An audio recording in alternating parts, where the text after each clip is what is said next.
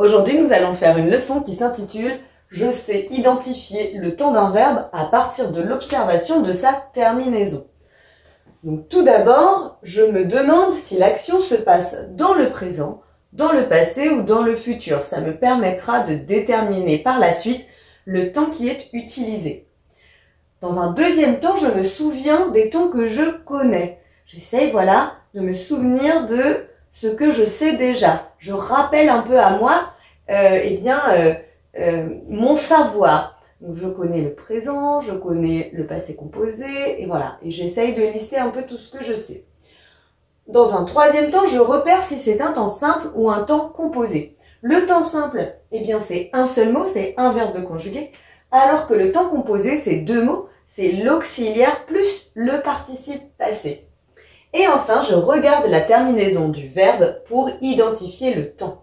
Et je reprécise qu'il y a 4 temps simples et qu'à ces 4 temps simples correspondent 4 temps composés. Donc, le présent est le temps simple et le temps composé qui lui correspond, c'est le passé composé. L'imparfait est le plus que parfait. Le futur antérieur, le passé simple et le passé antérieur. Maintenant, je vais développer un peu plus ces différentes conjugaisons.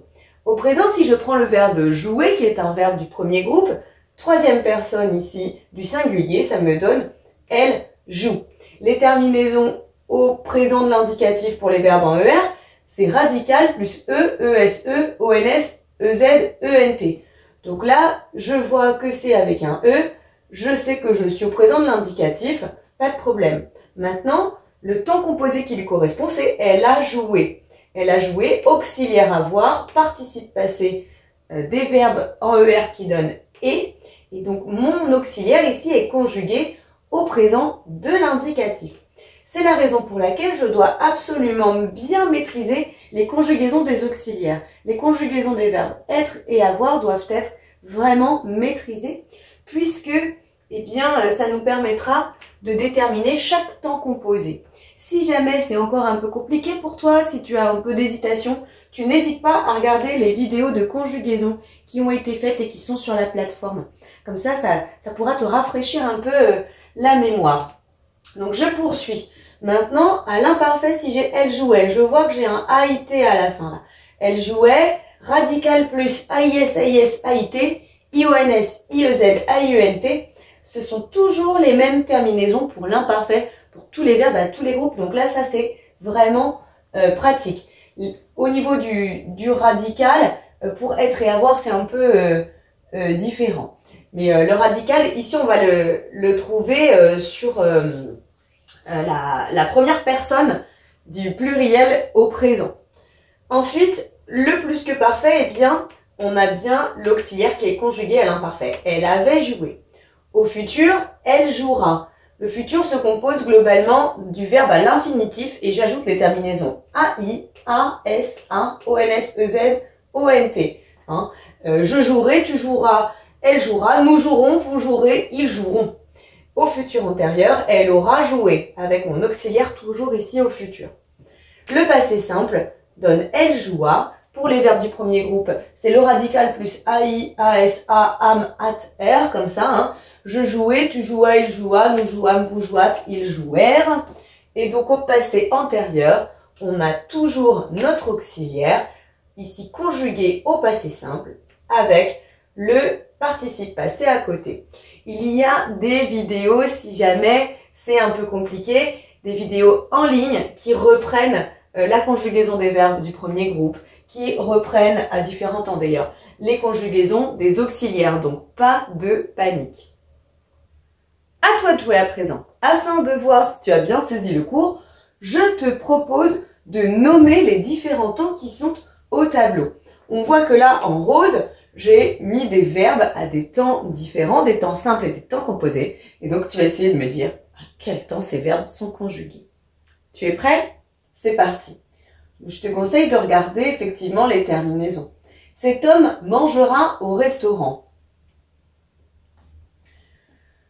Mangera, j'ai bien le re comme ça qui me signifie que je suis pas au présent déjà.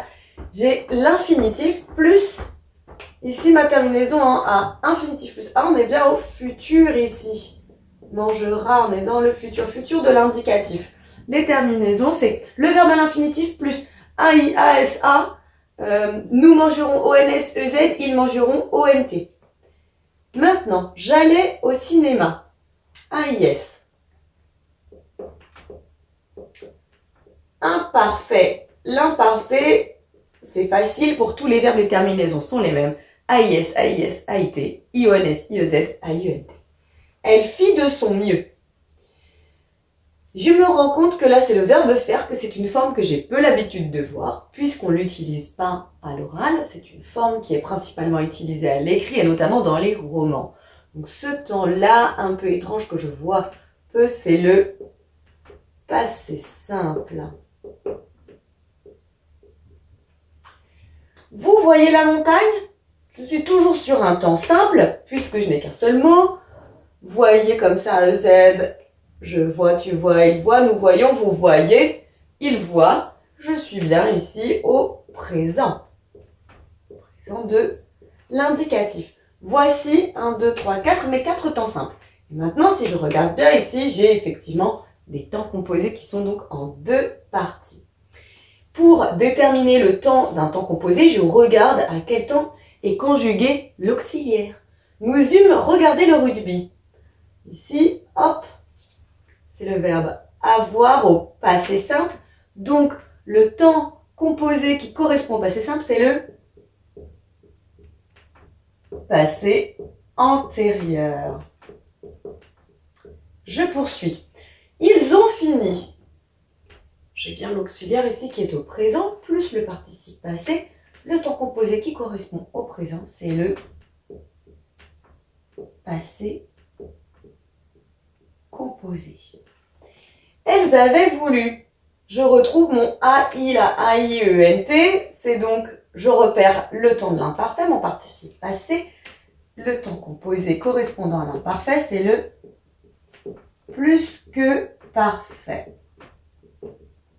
Et pour terminer, tu auras saisi cette opportunité. Tu auras, je suis bien au futur, plus mon participe passé. C'est donc du futur antérieur. Si c'est toujours compliqué, ce que je peux comprendre, puisque là on a mélangé quand même plusieurs temps, plusieurs notions, déjà, mon premier conseil, ce serait peut-être de reprendre les vidéos qui ont été faites avant et en conjugaison et qui peuvent justement t'aider à te rafraîchir la mémoire. Et il y a des exercices d'application qui t'aideront également. J'espère quand même que c'est plus clair maintenant. À bientôt. Maintenant que tu as tout compris, entraîne-toi en faisant les exercices ci-dessous.